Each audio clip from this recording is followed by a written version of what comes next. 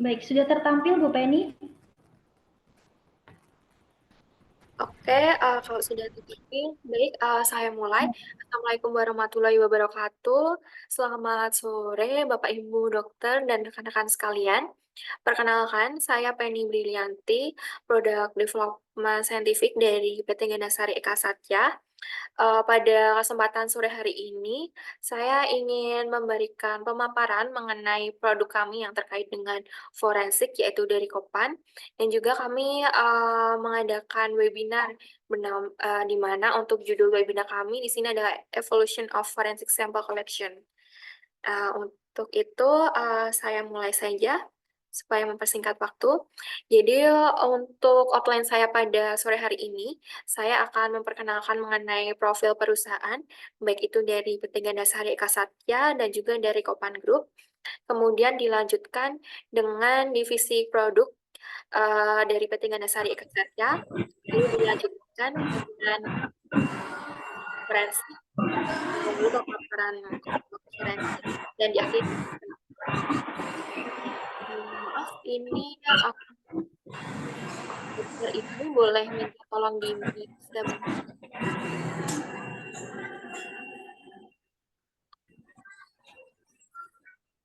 Oke, baik. Terima kasih. Saya lanjutkan. Jadi,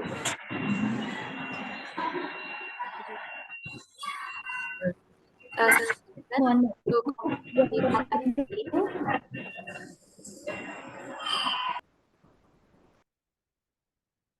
Oke, baik. Saya lanjutkan. Jadi untuk company profile dari PT Gandasari Eka Satya sendiri, jadi kami perusahaan distributor alat laboratorium, kesehatan dan juga diagnostik, di mana kami sudah berdiri lebih dari 29 tahun yang lalu, di mana kami memiliki kantor pusat di Selipi Kemanggisan, Jakarta Barat. Eh, Lalu kami juga memiliki beberapa perwakilan di daerah, yaitu kita memiliki kantor cabang di Bandung dan juga di Solo. Lalu untuk perwakilan di masing-masing daerah, kita memiliki marketing sales support, mulai dari Pulau Sumatera sampai dengan di Indonesia Timur. Kemudian kami juga aktif di beberapa event seperti pameran, Hospital Expo, maupun pameran yang sering diadakan oleh instansi-instansi terkait. Kemudian untuk divisi produk, kami memiliki 4 divisi produk. Untuk IVD, kita memiliki Nihon Kohden Hematology Analyzer. Lalu untuk analisa gas darah, kita memiliki Tenomedica. Kemudian Smart Light untuk elektrolit. Untuk divisi POCT, kita memiliki HbA1c Analyzer dari Green Care Korea. Lalu ada Taido Glucogas dari Taiwan. Kemudian untuk produk yang saya sampaikan pada sore hari ini, yaitu dari divisi Scientific, di mana kami memiliki produk dari Copan Italy, kemudian Condalab dari Spanyol, dan Gosselin dari Prancis. Selain itu, kami juga memiliki beberapa produk di divisi medical, seperti American Breast Care dan juga CanCare, ini untuk silikon penyitas kanker payudara. Baik, kemudian untuk Kopan Group sendiri, Kopan Group ini sendiri merupakan suatu perusahaan yang berasal dari Brescia, Italia, di mana sudah berdiri lebih dari 45 tahun yang lalu, dan saat ini memiliki kantor dan manufaktur di Amerika, Puerto Rico, Jepang, dan Australia. Nah, untuk produk yang ingin saya sampaikan di sini yaitu Kopan. Kopan ini sendiri sebetulnya merupakan gabungan dari produk yang mereka pasarkan, yaitu Collection and Preservation for Analysis. Jadi produk utama dari Kopan ini adalah swab dan juga media preservasi yang digunakan untuk pemeriksaan mikro dan pemeriksaan yang lain. Salah satu pionir produk yang dimiliki oleh Kopan adalah salah satunya yang bernama Flock Swab. Jadi Flock Swab ini merupakan suatu swab yang dia memiliki karakteristik serabut yang pendek yang nantinya akan mempermudah dalam proses LC, dalam efisiensi tes diagnostik dan tes-tes yang lain. Kemudian di sini juga tersedia berbagai macam ukuran aplikator, kemudian breaking point maupun ukuran dari tim. Nah, ini salah satu evaluasi yang dilakukan oleh Kopan terkait dengan konsentrasi dari DNA. Jadi di sini untuk perbandingan penggunaan swab flock swab jika dibandingkan dengan golden standard saliva. Jadi di sini memiliki kesetaraan yang cukup baik antara kedua peralatan tersebut, antara flock swab dan juga saliva, di mana pada flock swab ini memungkinkan sebanyak 90% sampel ini terelusi secara maksimal. Jadi akan meminimalisir tertinggalnya sampel pada swab. Lalu saya lanjut ke materi yang ingin saya sampaikan pada sore hari ini terkait dengan forensik. Mungkin untuk pendahuluan terlebih dahulu, saya ingin memberikan pendahuluan yaitu terkait dengan ilmu forensik. Jadi ilmu forensik seperti yang kita tahu itu merupakan suatu cabang kedokteran yang yang bertujuan untuk mengidentifikasi dan juga mengumpulkan barang bukti medis, baik itu pada manusia yang masih hidup maupun manusia yang sudah meninggal yang nantinya dapat dijadikan sebagai bukti hukum. Nah, jadi di sini kenapa kita penting melakukan atau kita harus melakukan pemilihan peralatan pengambilan sampel yang baik, terutama untuk forensik, karena untuk DNA manusia sendiri di sini sangat mudah sekali rusak oleh faktor-faktor dari luar, seperti contohnya kontaminasi dari mikroba, kemudian penyimpanan yang tidak sesuai, suhu yang tidak stabil, maupun pemaparan sinar matahari. Nah, faktor-faktor inilah yang nantinya dapat merusak sampel DNA sebelum dilakukan pengujian di forensik.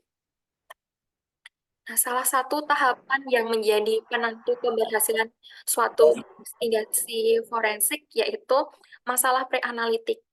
Preanalitik di sini meliputi bagaimana cara kita melakukan pemilihan peralatan yang tepat dan juga media preservasi yang baik yang nantinya digunakan untuk treatment dari sampel tersebut. Di sini contoh beberapa sumber dari sampel yang digunakan untuk investigasi forensik. Terdapat sampel yang bisa berasal dari manusia, kemudian dari kontaminasi lokasi, kontaminasi sampel yang terdapat di lokasi, kemudian barang bukti. Nah, dari berbagai jenis sampel tersebut yang menjadi syarat keberhasilan suatu pemeriksaan DNA forensik adalah dari jumlah DNA yang cukup dan juga kualitas DNA yang baik. Nah, dari itu kita bisa tahu untuk sumber pencampuran sampel DNA.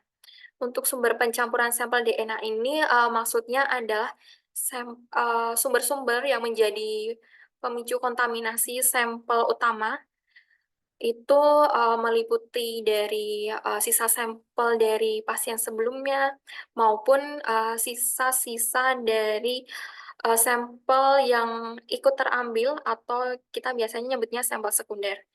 Nah, semakin panjang suatu proses identifikasi DNA, maka akan semakin besar pula peluang sampel tersebut terkontaminasi oleh kontaminan dari luar. Nah, di sini pada pemeriksaan DNA untuk mengidentifikasi dua sampel atau lebih, di sini perlu yang namanya referensi sampel atau sampel pembanding. Nah, sampel pembanding ini diperlukan untuk menilai apakah dua atau lebih sampel yang diperiksa tersebut memberikan hasil yang sesuai, tidak sesuai, maupun tidak meyakinkan. Saya lanjut ke produk Kopan yang digunakan untuk forensik. Produk Kopan yang digunakan untuk forensik di sini bernama 4N6. Untuk produk Kopan yang digunakan forensik, di sini terdapat beberapa jenis. Seperti contohnya untuk aplikasi pembuatan DNA database, di sini bisa menggunakan yang namanya nucleate card. Kemudian untuk, identifikasi seperti contohnya korban bencana alam itu bisa menggunakan microvlog. Kemudian untuk, pengambilan sampel untuk identifikasi paternitas, kekerasan seksual maupun, kejadian yang lain itu bisa menggunakan vlog swab 4N. Nah, untuk, detail produk yang ingin saya jelaskan di sini, yaitu yang pertama ada Vlogswap 4N6, kemudian yang kedua ada Nucleate Card untuk DNA database. Jadi untuk Vlogswap 4N6 ini merupakan, swab yang dimiliki Kopan yang difungsikan untuk, aplikasi forensik, di mana di sini tersedia berbagai macam jenis dari swab tersebut. Di mana, untuk masing-masing, lokasi pengambilan sampel ternyata di sini membutuhkan bentuk, kemudian jenis swab yang berbeda. Kemudian yang kedua ada, DNA database di mana di sini menggunakan nucleate card. Jadi nucleate card ini digunakan untuk menyimpan sampel DNA dalam waktu yang cukup lama, yaitu sampai dengan 20 tahun. Nah, untuk, produk Kopan, forensik semuanya sudah lulus atau memiliki standarisasi ISO 18385, di mana untuk ISO 18385 ini merupakan suatu standarisasi untuk meminimalkan risiko kontaminasi DNA manusia yang terdeteksi pada produk, atau biasa kita nyebutnya produk tersebut HDNA free. Lanjut, jadi untuk, produk genetik, di sini terdapat beberapa spesifikasi yang nantinya dapat mempermudah tenaga forensik untuk melakukan penyamplingan maupun pemeriksaan, DNA. Salah satunya adalah, titik patahan atau breaking point yang cukup, cukup pendek yang kompatibel dengan ukuran dari microchip ataupun microplate. Kemudian terdapatnya active dry system. Jadi active dry system ini merupakan sistem pengeringan aktif yang terdapat pada swab, di mana active dry system ini akan menyerap kelembapan udara yang dihasilkan dari sampel, yang nantinya akan memungkinkan sampel ini bisa stabil di suhu ruang sampai dengan 1 tahun. Kemudian juga tersedia berbagai jenis swab yang disesuaikan dengan anatomi dari lokasi pengambilan sampel. Ini merupakan, produk-produk dari 4N6, di mana, terdapat 2 jenis, yaitu, tanpa active dry system, kemudian dengan active dry system. Untuk, 3 swab yang berada di atas, ini merupakan swab tanpa active dry system. Jadi, di sini bernama pill pouch dan juga long dry tube. Perbedaan dari tanpa active dry system dengan produk dengan active dry system adalah ketika kita menggunakan produk yang tanpa active dry system, kita harus melakukan pengeringan minimal 1 jam setelah sampel itu diambil. Hal ini, untuk memastikan bahwa, waktu transportasi atau pengiriman sampel itu, sampel berada dalam, posisi kering. Nah, sedangkan di sini untuk produk yang dengan active dry system, jadi di sini setelah pengambilan sampel, kita tidak harus, menunggu 1 jam untuk mengeringkan, karena di dalam tabungnya, terutama di tutupnya, itu terdapat silika gel yang nantinya akan membantu sampel ini kering dengan sendirinya. Pada swab dengan active dry system, di sini terdapat 2 jenis, yaitu, ukuran reguler dan subungual. Nah, di sini contoh, tempat pengambilan sampel di, area TKP. Jadi, contohnya ada di, kain, plastik, lantai, kayu kertas, maupun di TKP seperti di, wastafel, handuk, pistol, maupun di pisau. Nah, eee, waktu tenaga forensik ini menemukan sampel, itu sebagian besar ini posisi sampel sudah berada di posisi kering atau kondisi kering. Lalu bagaimana cara kita untuk melakukan pengambilan sampel yang kering tersebut? Nah, di sini kita membutuhkan teknik yang namanya pre-weighting atau membasahi sampel. Untuk cara pre-weighting di sini terdapat dua jenis, yaitu berdasarkan jenis dari sampel tersebut. Untuk sampel-sampel yang dia berada di tempat yang tidak menyerap air, contohnya seperti di meja atau di logam seperti itu, yang kita basahi adalah bagian swabnya. Jadi bagian swab kita basahi dengan memberikan air steril kurang lebih 30 mikron, diteteskan ke bagian swabnya sampai swabnya basah, lalu kita usapkan swab tersebut ke lokasi yang yang kemungkinan ada sampelnya. Eh, Selain itu, kita ada teknik lain yang berada di serat kain, yaitu kita harus melakukan pembasahan pada serat kain. Misalnya di sini sampelnya ini berada di baju. Nah, baju tersebut kita lakukan penetesan dengan air steril, baru nantinya kita swab dengan menggunakan swab kering. Jadi di sini terdapat dua metode yang berbeda. Nah, ini contoh gambaran bagaimana cara kita melakukan pengambilan sampel menggunakan swab.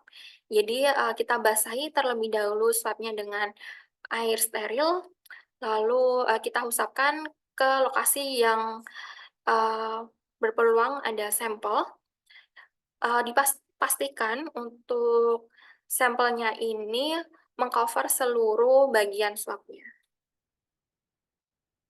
Yang kedua, terdapat produk subungual. Jadi ini masih active day system, tapi jenisnya swab subungual.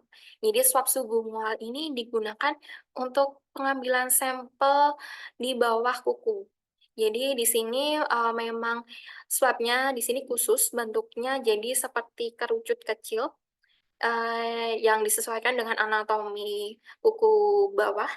Jadi untuk cara penggunaannya, kita letakkan bagian swab itu di bawah kuku, lalu kita swab perlahan dari kiri ke kanan maupun sebaliknya. Untuk proses pre-wetting, di sini disesuaikan dengan kondisi dari sampel tersebut. Kalau misalnya sampelnya basah, kita tidak perlu pre-wetting. Sedangkan ketika sampelnya kering, kita harus pre-wetting seperti yang saya jelaskan di slide sebelumnya. Lalu yang kedua, di sini ada swab reguler. Swab reguler ini bisa digunakan salah satunya untuk swab bagian buccal atau pipi bagian dalam. Swab buccal swab ini untuk cara pakainya cukup mudah.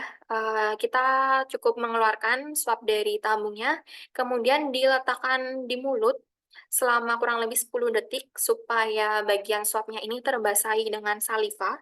Lalu setelah itu kita gosokkan ke bagian pipi sebelah dalam dan juga gusi bagian bawah sebanyak 10 kali.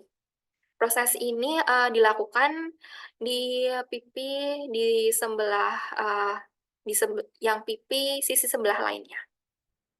Setelah sampel diambil, kemudian kita masukkan ke dalam tabung dan nanti dengan bantuan active dry system swab akan kering dengan sendiri. Lalu produk selanjutnya adalah untuk database DNA, di mana di sini terdapat produk yang namanya nucleate cut. Jadi nucleate cut ini difungsikan untuk mengumpulkan, kemudian menyimpan sampel DNA manusia, baik itu dari sampel seperti bakal sel, kemudian saliva, darah, maupun sampel-sampel yang lain. Nah, pada dasarnya untuk nucleate cut ini, dia kertas yang mengandung zat kimia, di mana zat kimia ini akan mengawetkan sampel DNA dalam waktu yang cukup lama, sampai dengan 20 tahun di suhu ruang. Nah, di sini terdapat beberapa sifat atau atau spesifikasi yang dimiliki oleh nucleic cut ini sendiri. Yang pertama, ini adalah nucleic cut akan melisiskan membran sel atau melakukan denaturasi protein. Kemudian yang kedua, mencegah pertumbuhan bakteri ataupun mikroba yang nantinya dapat merusak sampel DNA. Dan yang paling penting adalah menjaga stabilitas sampel DNA ini dalam waktu yang cukup lama di suhu ruang. Di sini terdapat dua jenis dari nucleic cut. Jadi yang pertama adalah nucleic cut dengan indikator yang berada di gambar sebelah kiri. Kemudian nucleic cut tanpa indikator. Untuk nucleic cut dengan indikator ini berwarna merah muda sebelum digunakan. Nah, setelah digunakan, dia akan berwarna putih. Indikator ini digunakan untuk membantu visualisasi, terutama untuk sampel-sampel yang tanpa warna, seperti contohnya sampel saliva, bakal sel, keringat, ataupun sampel yang lain. Sedangkan untuk yang nucleic cut tanpa indikator, di sini digunakan untuk sampel-sampel yang memiliki warna. Di sini contohnya adalah darah. Lalu di sini ada cara penggunaan untuk nucleic cut ini sendiri. Dimulai dari kita melakukan sampling, baik itu bisa dari bakal sel, kemudian bisa dari pengambilan sampel darah vena atau kapiler ataupun yang lain. Setelah kita dapatkan sampelnya, kita lakukan perataan sampel ke dalam nucleic cut mengikuti luas lingkaran yang ada di nucleic cut tersebut. Kemudian kita keringkan sampai benar-benar kering. Setelah itu kita bisa simpan di tempat penyimpanan. Nah, lalu bagaimana cara kita menggunakan nucleic cut yang sudah berisi sampel? Di sini untuk caranya adalah kita keluarkan nucleic cut tersebut, lalu kita lubangi atau kita potong bagian kertas yang terdapat sampelnya sebesar 1-2 mm. Lalu kertas tersebut kita masukkan ke dalam microplate atau microchip dan kita tambahkan dengan reagen PCR dan dilanjutkan untuk proses amplifikasi dan proses yang lainnya. Nah, pada penggunaan nucleic cut di sini, sampel akan lisis setelah sampel tersebut kontak langsung dengan nucleic cut, jadi tidak memerlukan yang namanya proses ekstraksi. Nah, ini salah satu kelebihan yang dimiliki oleh nucleic cut, yaitu dari segi penyimpanan. Dari segi penyimpanan yang dia tanpa membutuhkan seperti lemari pendingin maupun ruangan khusus, jadi akan lebih mengefisiensikan maupun mempermudah tenaga forensik untuk melakukan penyimpanan sampel DNA yang digunakan untuk database. Kemudian di sini terdapat evaluasi yang dilakukan oleh Kopan, di mana nucleic cut ini kompatibel dengan beberapa merek alat PCR, seperti contohnya Global Filler, Powerplex, Investigator, dan merek-merek yang lain. Nah, di sini ada konfigurasi produk atau jenis produk, yaitu terdapat nucleic cut 1 spot, kemudian 2 spot, 4 spot, dan juga nucleic cut dengan frame. Oke, baik. Terima kasih atas perhatiannya. Sekian presentasi dari saya. Jika ada pertanyaan dari Bapak Ibu dokter atau rekan-rekan sekalian, boleh disampaikan. Terima kasih.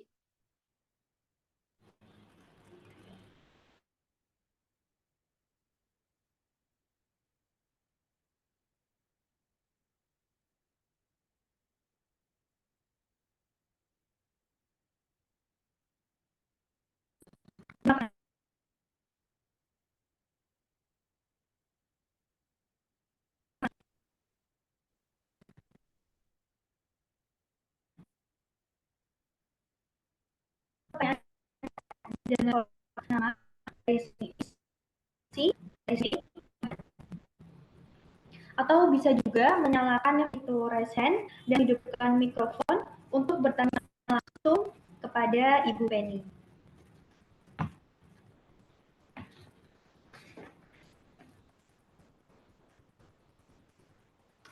Ini sambil menunggu pertanyaan masuk, kami juga ingin mengingatkan kembali Bapak Ibu serta Miwi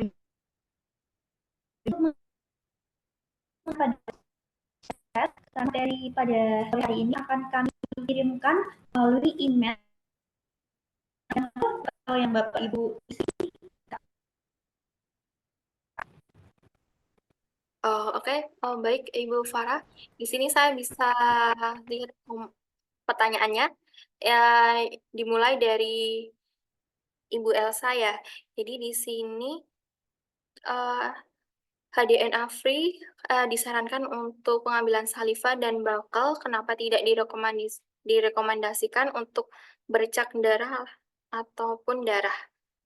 Bukannya sudah memiliki silika sebagai pengering aktif. Oke, baik. Terima kasih untuk pertanyaannya, Ibu Elsa. Jadi di sini untuk swab HDNA free ini bisa digunakan untuk sampel saliva, bakal maupun darah.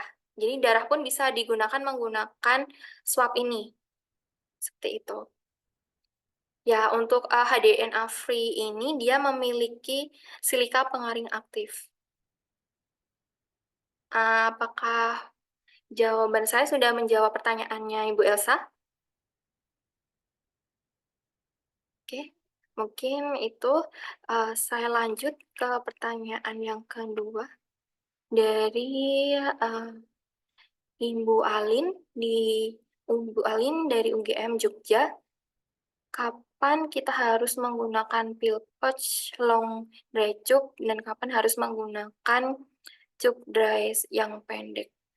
Oke, jadi kapan kita harus menggunakan pil pouch, kemudian long dry tube, dan harus menggunakan yang dengan tube dry swab. Ini maksudnya tube dry swab yang pendek, ini ya, yang pil pouch ya. Enggak, yang active dry system. Oke, jadi untuk penggunaannya di sini sebetulnya tergantung user. Jadi kalau misalnya kita ingin melakukan pengeringan 1 jam, itu berarti pilihnya yang tanpa active dry system. Tapi kalau kita ingin mengefisiensikan waktu, kita bisa pilih yang tanpa pengeringan. Karena di sini kan cukup memakan waktu ya selama 1 jam. Situ. Oke, kemudian ada Ibu Anastasia. Kenapa dalam forensik tidak pakai media transport biasa? Oke, jadi di forensik itu berbeda dengan pemeriksaan mikro yang lain. Jadi di forensik ini tidak membutuhkan media transport karena untuk media mikro itu kan pada dasarnya digunakan untuk menjaga viabilitas dari mikroba. Nah, sedangkan di forensik ini yang nantinya kita cari adalah kita analisa adalah DNA manusia. Nah, ya itu dua hal itu sangat beda. Jadi kenapa di sini di forensik itu malah diharuskan untuk swabnya ini benar-benar kering supaya tidak ada kontaminasi dari mikroba yang nantinya dapat mempengaruhi dari DNA manusia. Seperti itu. Oke, pertanyaan selanjutnya dari Bu Intan. Eh, untuk nucleate cut tadi apa sudah include dengan swab dan holder? Oke, baik. Tadi di slide terakhir di konfigurasi nucleate cut terdapat beberapa jenis produk. Jadi terdapat produk yang dia hanya nucleate cut saja, terdapat produk yang dia dengan swabnya. Jadi ketika Ibu Intan mencari produk yang nucleate cut bersama dengan swabnya itu sudah ada katalog sendiri. Jadi ada terdapat produknya. Lalu uh, Okta, berapa lama ketahanan nukleik asid cut? Jadi ketika nucleate nucleate card ini digunakan untuk penyimpanan sampel DNA, ini bisa bertahan sampai dengan 20 tahun di suhu ruang. Seperti itu. Oke, pertanyaannya sudah habis. Adakah pertanyaan lain dari Bapak Ibu sekalian?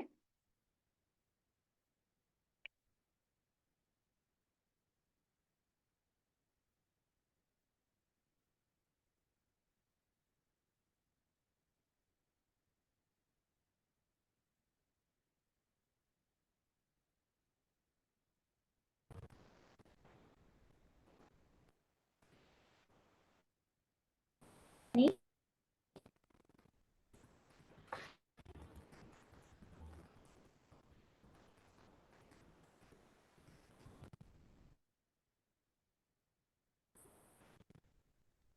Bu Farah?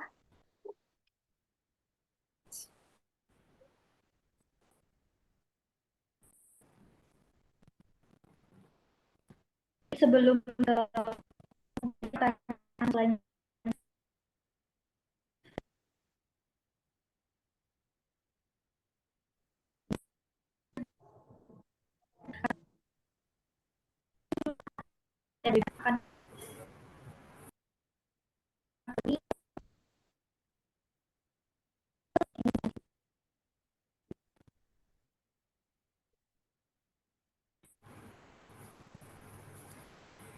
Baik, Bapak Ibu semua, seperti itu sedang ada di sinyal. Saya ingatkan kembali, jika Bapak Ibu ingin mengajukan pertanyaan, bisa chat di kolom komentar dengan format nama, garis miring instansi atau kota asal, garis miring pertanyaan.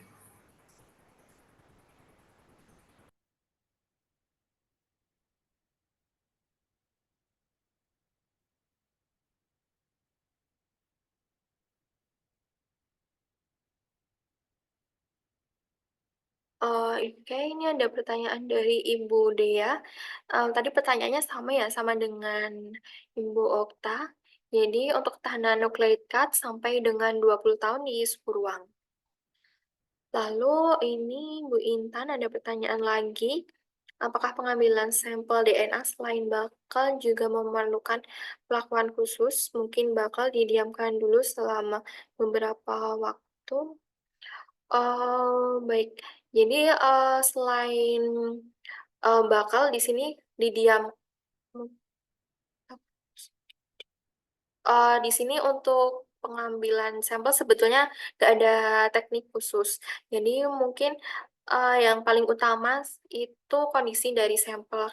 Sampelnya kering atau sudah basah. Kalau misalnya kering, kita perlu yang namanya kalau sampelnya kering, kita perlu yang namanya tahapan pre-wetting atau pembasahan sampel. Sedangkan untuk yang sampelnya sudah basah, kita tidak perlu melakukan yang namanya tahapan pre-wetting.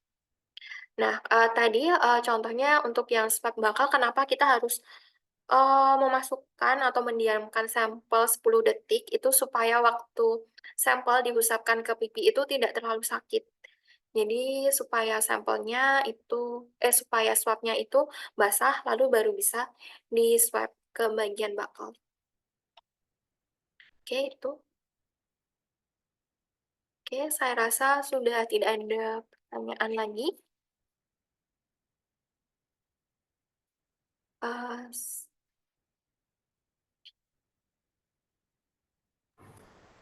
Uh, Ada lagi Bu Penny dari Ibu Intan ya. Apakah pengambilan sampel DNA selain bukal juga melakukan perlakuan khusus? Mungkin Oh iya, ini tadi sudah saya ini ya sudah sempat saya jawab pertanyaannya. Mungkin saya ulang. Jadi untuk pengambilannya di sini tidak ada teknik khusus, cuman kita harus perhatikan apakah sampel tersebut kering atau basah. Kalau kering, kita butuh yang namanya tahapan pre-wetting atau pembasahan sampel, sedangkan kalau basah kita tidak perlu melakukan pembasahan sampel. Kemudian, kenapa tadi yang di bakal swab kita perlu eh, mendiamkan sampel selama 10 detik itu supaya sampelnya basah oleh saliva sebelum digunakan untuk swab pipi supaya nggak sakit pasiennya atau yang di swab seperti itu.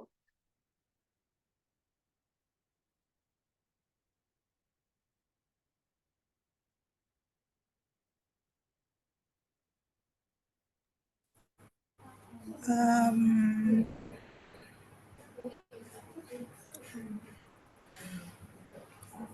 Oke, ini ada pertanyaan lagi dari Zidan, dari Malang. Apakah hasilnya akan berbeda jika menggunakan swab 4N6 genetik dengan active drying system dengan long dry tube?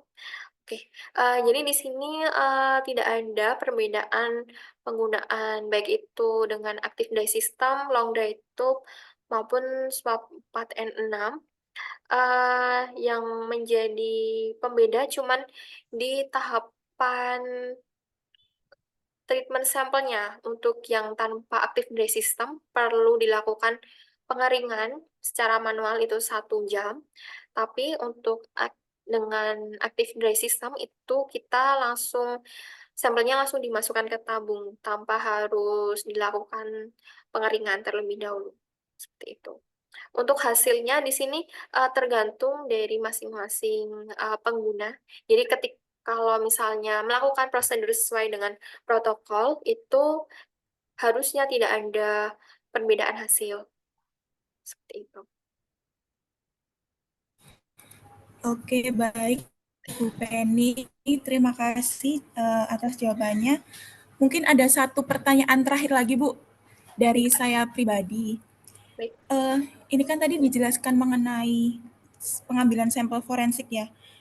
Nah, itu apakah ada perbedaan Bu untuk perlakuan pengambilan sampel dari objek yang mati kayak benda gitu dengan objek yang masih hidup menggunakan kopan ini? Terima kasih. Oke, baik. Untuk perbedaan perlakuan mungkin tidak ada ya, disesuaikan saja dengan lokasi pengambilan sampel. Seperti itu.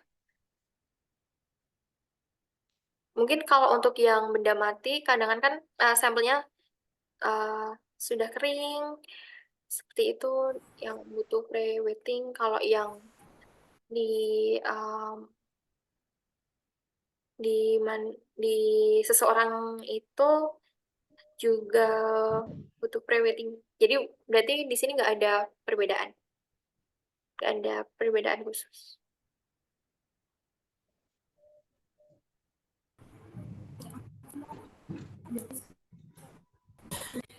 Oke, baik. Sudah cukup menjelaskan Bapak Ibu semua penjelasan dari Ibu Penny tadi. Jika sudah, saya ingatkan kembali untuk Bapak Ibu sekalian mengisi link absensi yang ada di kolom chat, karena materi kopan ini akan dikirimkan melalui link absensi tersebut. Baik, saya dapat simpulkan dari hasil pemaparan materi dari Bu Penny tadi, jika produk kopan memberikan pilihan yang tepat untuk pengambilan sampel forensik karena terdapat berbagai pilihan produk yang disesuaikan dengan lokasi dan anatomi tubuh.